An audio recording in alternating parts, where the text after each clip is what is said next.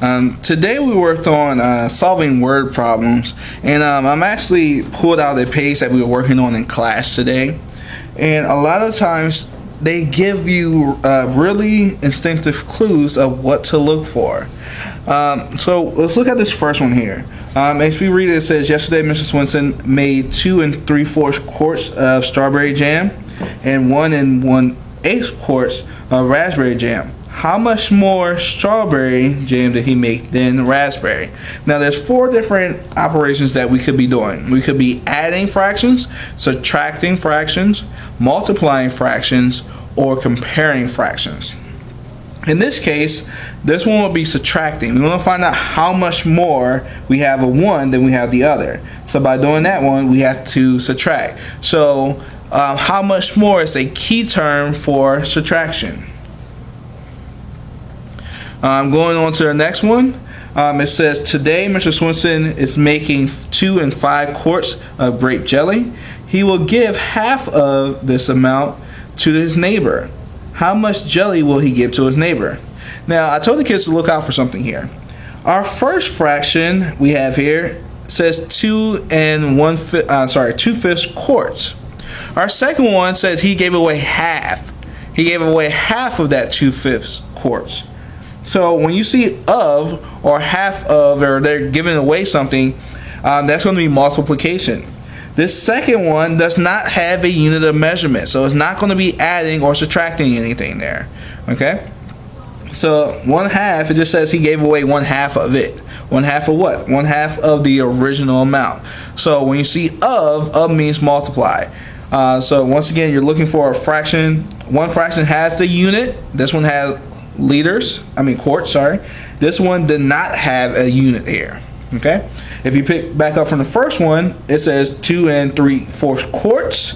It says 1 1/8 quarts.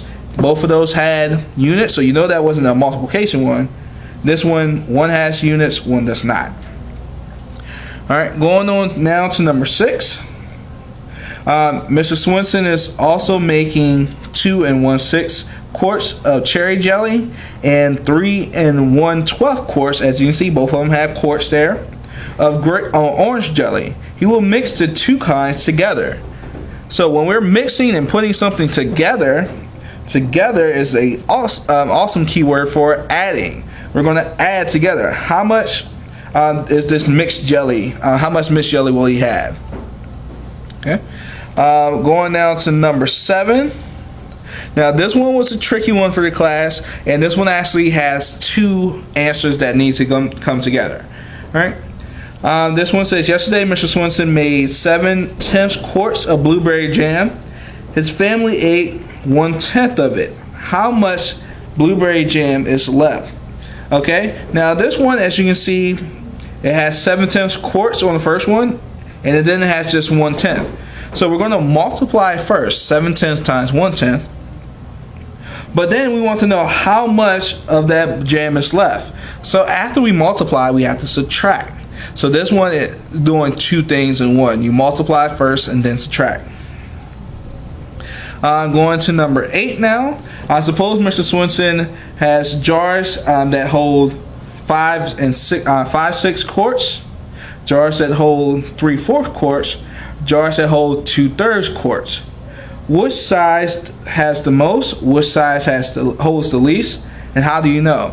Now right there, that which holds the most, which holds the least, is comparing. We're trying to compare. They're not asking us to compare, add them together. They're not asking us to find out how much is left behind. They just want to see which one holds the most, which one holds the least. So usually when you see something like which does something, which holds the most, which is the farthest, which is the biggest, which is the smallest, stuff like that, that is going to be comparing. Okay, and then let's go to the last one here. Number 9 says Mr. Swinson made 6 2/3 quarts of jam last weekend. This weekend he plans to make 1.5 times as much. How much jam will he make this weekend? So that keyword there was times. We know when we see times, that's going to be multiply. All right, so these are some of the key words and key phrases you want to look for when you're dealing with word problems.